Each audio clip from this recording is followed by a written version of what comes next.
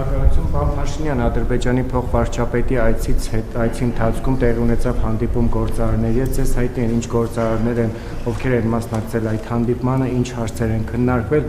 նաև մամուլում հրապարակվեց, որ Ադրբեջանի փոխվարչապետը ցանկություն է հայտնել գնալ իր հայրենի գյուղ, արդյոք գնացել է, ձեզ հայտնի է դա, եւ եթե ոչ, հնարավոր է հայկական կողմը աջակցի նրան այդ հարցում, սա որպես առաջին հարց եւ երկրորդ հարցը տեսեք, երբ ընդդիմադիրների վերաբերյալ գաղտնալսումների ձայնագրություններ են հրապարակվում, նրանք ասում են, որ բա ինչի իշխանության ներկայացուցիչներին չեն գաղտնալսում, արդյոք գաղտնալսում են օրենքի հետ կապված խնդիր չկա, թե այնուամենայնիվ չեն գաղտնալսում եւ այդ գաղտնալսումը իրականացվում է բացառապես ընդդիմադիրներին ճնշելու, ընդդիմադիրների շուրջ տեղի ունեցող զարգացումները բացահայտելու համար եւ որպես դրա շարունակություն 3 Սամվել Կարապետյանը հարցազրույց էր տվել մի շարք հեռուստաընկերությունների հայտարարեց, որ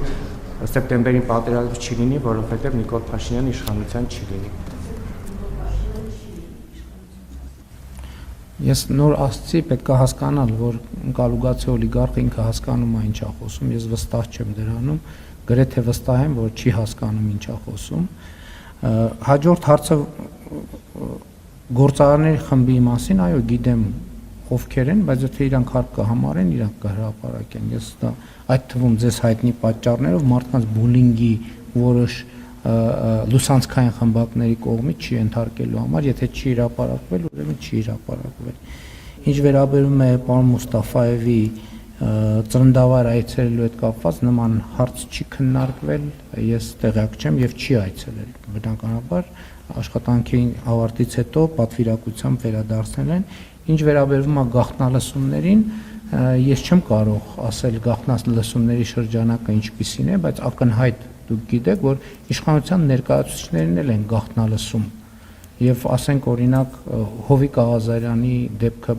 ոնց բացահայտվեց, այլ բան, որ այդ գաղտնալսման եւ քրեական հետապնդումից հետո արդեն դառնում են անդիմադիր, որպեսզի ներկայանան որպես քաղաքական հալածյալ, որովհետեւ անտրամաբանական է որպես քաղաքական հալածյալ ներկայանալ իշխանության կազմում լինելու պարագայում։ Ով է ասում, մենք բան ունենք,